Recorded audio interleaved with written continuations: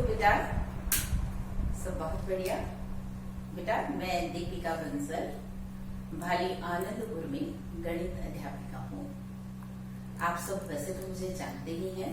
बेटा कल मैंने आपको पढ़ाया था कि अभाज्य गुणनखंड विधि द्वारा कैसे हम लघुत्तम समापवर्तक निकाल सकते हैं, और हमने सीखा था कि अभाज्य संख्याएं कौन सी होती हैं, अभाज्य गुणनखंड कौन से होते हैं, और दो संख्याओं का लघुत्तम समापवर्तक कैसे निकाला जाता है। उनमें जो सार गुणज सबसे छोटा होता है वो उन संख्याओं का लघुत्तम समापवर्तक होता है। बेटा आज हम पढ़ेंगे कि अभाज्य गुणनखंड विधि द्वारा दो संख्याओं का महत्तम समापवर्तक कैसे निकाला जाता है। अब बेटा अभाज्य के बारे में तो आप परिचित हैं।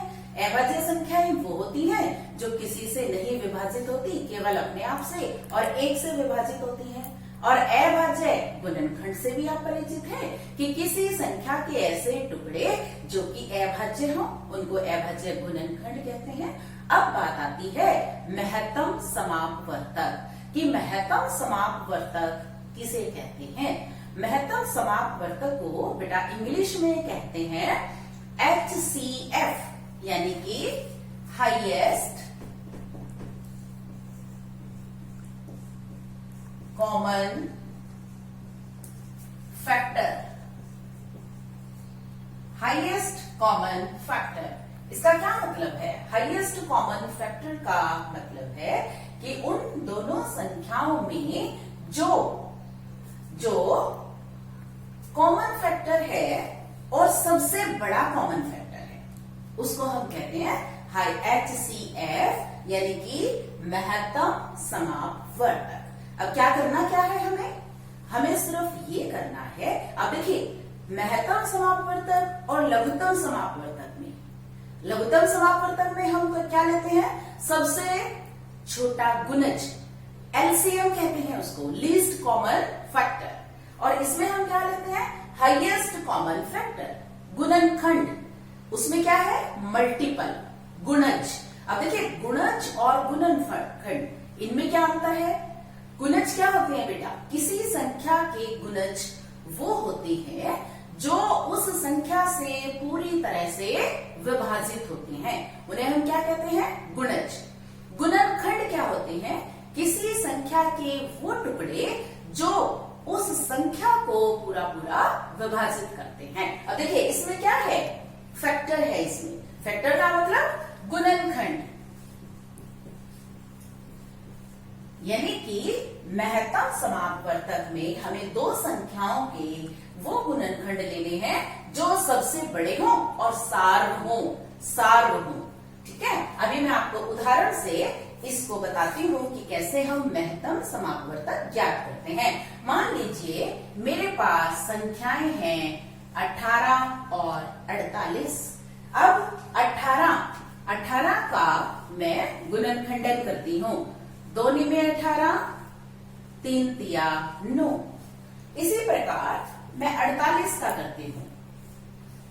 2 दूनी 4, 2 चौके 8, 2 एकम 2, 2 दूनी 4, 2 छिक्के 12, 2 तिया 6। हो गया ये गुणनखंडन। अब मैं इसको लिखती हूँ बेटा 18 बराबर 2 गुना 3 गुना 3। 48 बराबर 2 गुना 2 गुना 2 गुना 2 गुना 3। ठीक है, अब देखिए इनमें ऐसे कौन से गुणनखंड हैं जो सार्व हैं? कौन से गुणनखंड हैं बेटा? एक तो ये दोनों में है, दिख रहा है आपको। एक 3 ऐसा टुकड़ा है जो दोनों में है। तो इसका जो महत्तम समापवर्तक होगा यानी कि HCF किसका? 18 और 48 का कितना आएगा? 2 गुना 3 बराबर 6। अब आप देखिए जो 6 है वो 18 को भी पूरा विभाजित करता है और 48 को भी पूरा विभाजित करता है। इसका मतलब जो 6 है वो इन दोनों संख्याओं का हाईएस्ट कॉमन फैक्टर है, यानी कि सबसे बड़ा सार्व गुणनखंड है। तो समझ में आया आपको हम दो संख्याओं का कैसे महत्तम समापवर्तक अभाज्य गुणनखंड विधि द्वारा ज्ञात करते हैं। अब मैं आपको 3 संख्याएं लेके बताऊंगी कि यदि हमें 3 संख्याएं दे रखी हो तो हम महत्तम कैसे निकालेंगे।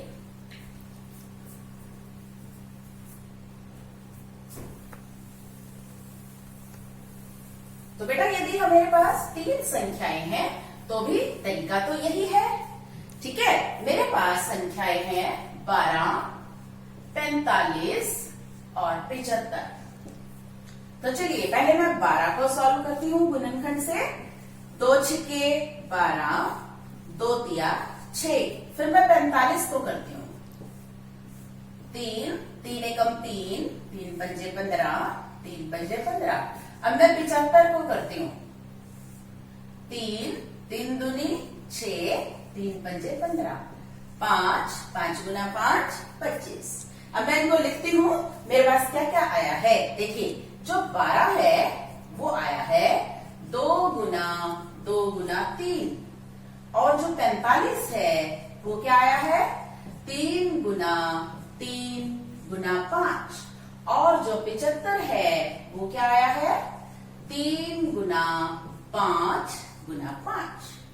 अब देखिए आप इसमें कौन सा गुणनखंड उभयनिष्ठ मुझे दिखाई दे रहा है। अब देखिए 3 तीनों में है, ध्यान दीजिए। इसके अतिरिक्त तीनों संख्याओं में ऐसा कोई भी गुणनखंड नहीं है जो तीनों में हो, केवल 3 को छोड़ के। तो ये 3 ही बेटा हमारा HCF बन जाएगा। तो मैं क्या लिखूंगी HCF। किसका मैंने निकाला है HCF 12, 45, 75। कितना आया 3। अब बेटा जो ये 3 है देखो, ये 12 को भी विभाजित करता है पूरा, 45 को भी पूरा विभाजित करता है, 75 को भी पूरा विभाजित करता है। तो ये 3 संख्याओं का अभाज्य गुणनखंड विधि द्वारा कैसे महत्तम समापवर्तक ज्ञात किया जाता है ये मैंने आपको समझाया है। अब बेटा एक बहुत ही इंपॉर्टेंट बात, क्या LCM और HCF में कोई संबंध है। अब देखिए HCF क्या है, गुणज है, उसमें सार्व गुणज। HCF में क्या है सार्व गुणनखंड, और LCM में क्या है सार्व गुणज। क्या HCF और LCM में कोई संबंध है? बिल्कुल है। अब वो कौन सा संबंध है ये मैं अभी आपको बताती हूं।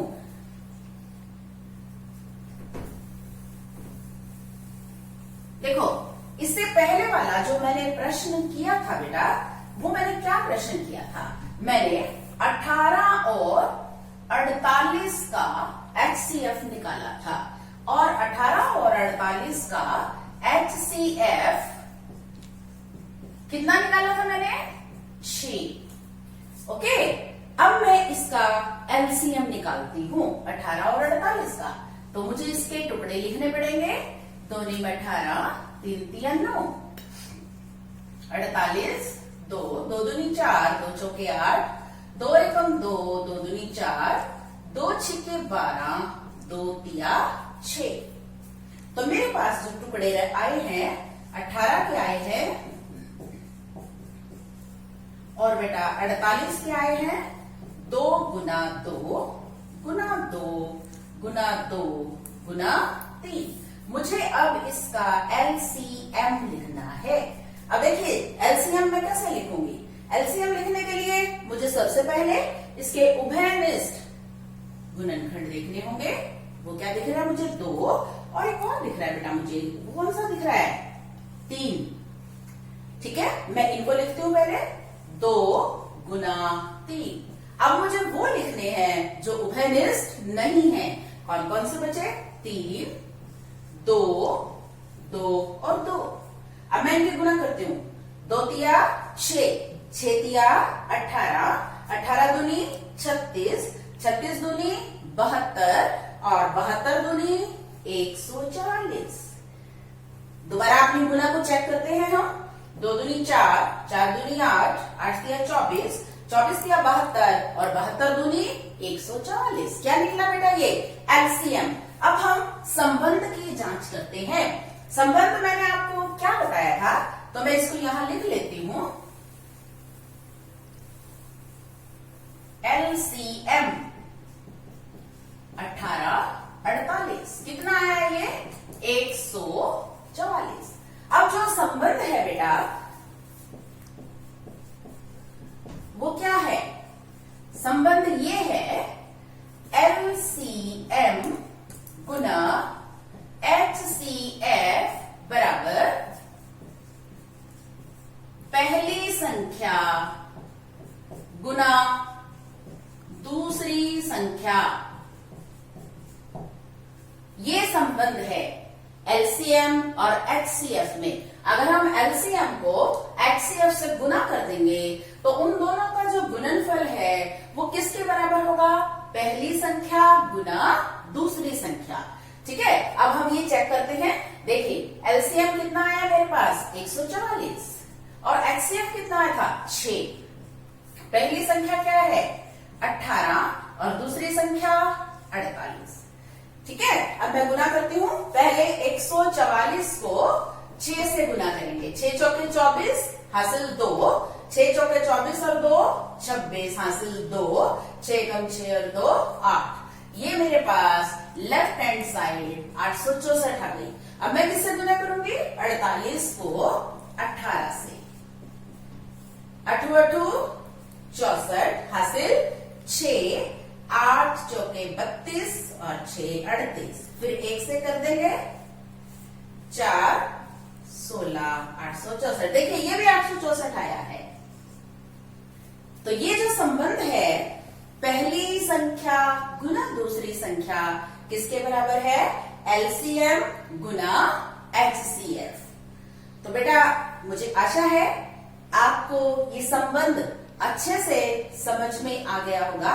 बेटा इस संबंध से हम अपने उत्तर की पड़ताल भी कर सकते हैं। हम ऐसा भी कर सकते हैं कि यदि हमें दो संख्याओं का एचसीएफ दिया हुआ है तो हम एलसीएम इस संबंध का प्रयोग करके निकाल सकते हैं। और अगर एलसीएम दिया हुआ है तो एचसीएफ निकाल सकते हैं, एचसीएफ दिया हुआ है तो एलसीएम निकाल सकते हैं। अब हम इसी उदाहरण को ज्ञात करेंगे। इस संबंध को कैसे हम प्रयोग में ला सकते हैं। अब देखिए मैं इसी प्रश्न में इसका प्रयोग करूंगी। मुझे इस प्रश्न में ये एलसीएम दिया हुआ है कितना? 144। मुझे मान लीजिए एचसीएफ ज्ञात करना है। पहली संख्या गुना दूसरी संख्या। पहली संख्या क्या है? 18, दूसरी क्या है? 48। तो मेरे पास जो एचसीएफ होगा वो कितना होगा? 18 गुना 48। ये वाली रकम बटे में चली जाएगी। आपको मालूम है ना गुना वाली रकम कहाँ चली जाती है? भाग में चली जाती है। अब मैं इसको सॉल्व करूं तो मैं अगर इसको अब सॉल्व करती हूं तो देखो कैसे कटेगा ये? 18 से सीधा 144 कटता है। आपको मालूम है 18 अट्ठे 144। देखिए आप ध्यान से देखिए 18 अट्ठे 144। अब 8 से 48 कट जाएगा। 8 6 48। कितना आ गया एचसीएफ? 6। वही तो है। तो ये संबंध कई बार इस कारण से भी हम प्रयोग करते हैं कि यदि दो संख्याओं का एचसीएफ दिया हुआ है तो एलसीएम क्या होगा, यदि एलसीएम दिया हुआ है तो एचसीएफ क्या होगा। तो बच्चों मुझे उम्मीद है आपको अभाज्य गुणनखंड विधि द्वारा दो संख्याओं का एचसीएफ निकालना आ गया होगा। फिर मिलेंगे। Thank you so much and take care.